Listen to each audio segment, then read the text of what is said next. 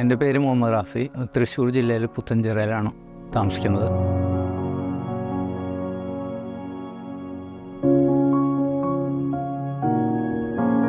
എൻ്റെ കറണ്ട് ബില്ലാണ് മെയിൻ ഇത് തിരഞ്ഞെടുക്കാൻ എന്നെ പ്രേരിപ്പിച്ചത്.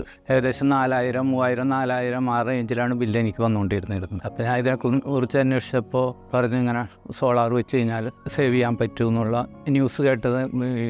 KCB വഴി അപ്ലൈ ചെയ്ത് കഴിഞ്ഞാൽ നമുക്ക് സബ്സിഡിയോടുകൂടി കിട്ടുമെന്ന് പറഞ്ഞിട്ട് അങ്ങനെയാണ് 3 kW KCBയിൽ രജിസ്റ്റർ ചെയ്യുന്നത്.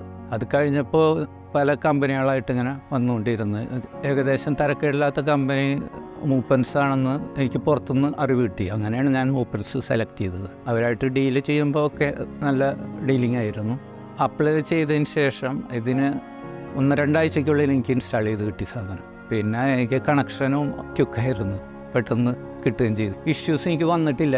ഇത് ഇൻസ്റ്റാൾ ചെയ്തതിന് ശേഷം ഒരു ഇഷ്യൂസ് ഉണ്ടായിട്ടില്ല.